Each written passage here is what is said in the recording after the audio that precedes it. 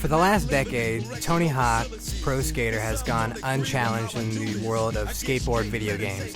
But that changes this year with EA's Skate.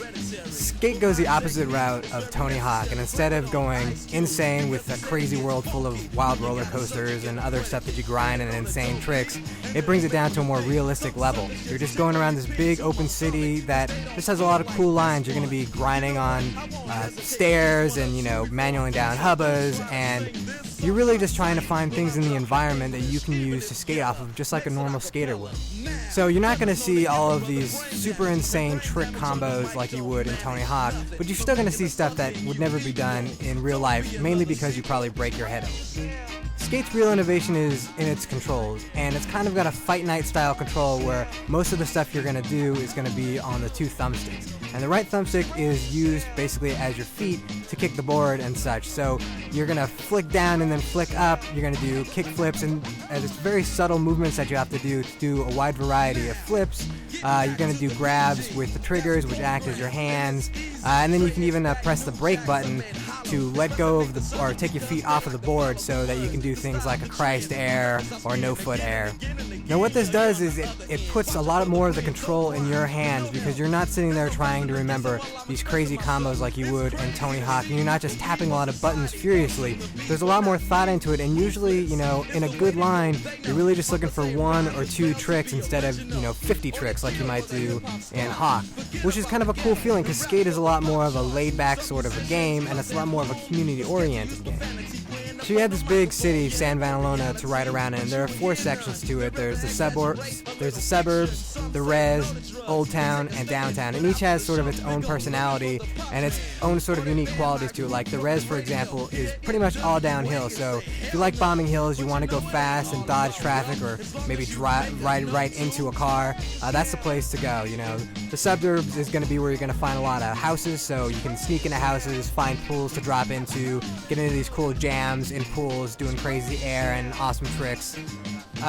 Downtown is the financial district, so there's going to be a lot of security around there, but there's going to also be a lot more stairs, a lot more other kind of stuff to grind, so if you're a real grind fan, that's where you want to go. And Old Town is sort of the rundown part of the city.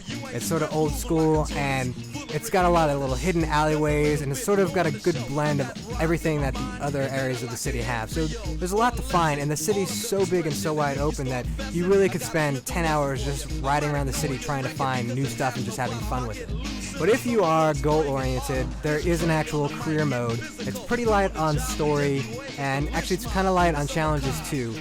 Basically, you just want to become famous in this mode, and there are 2 real-world skateboard magazines that are part of this. There's Thrasher and there's Skateboard Mag, and each has its own set of challenges, and your goal is just to meet their challenges and basically get coverage in the magazines. Get photos on the mags, do video footage, and eventually get the cover for each mag. And once you get the cover for those mags, you're going to unlock some real cool stuff. Like, for example, you'll unlock the X Games. What's cool about this is that most challenges during the game are actually voiced by sort of a laid-back, cool narrator who's kind of having fun with stuff. But when you get to the X Games, it gets really professional, and you actually have Sal Masekela, who actually does do commentary and announcing for X Games, and he actually will do it. And he's only in that one part of the game in the X Games, which is kind of a nice touch to it, because it does make it feel like it's the real X Games. And in the X Games, along with doing like a street contest, you're going to be hitting up the Mega Ramp. This is the big air ramp that's become such a huge hit for the last few years.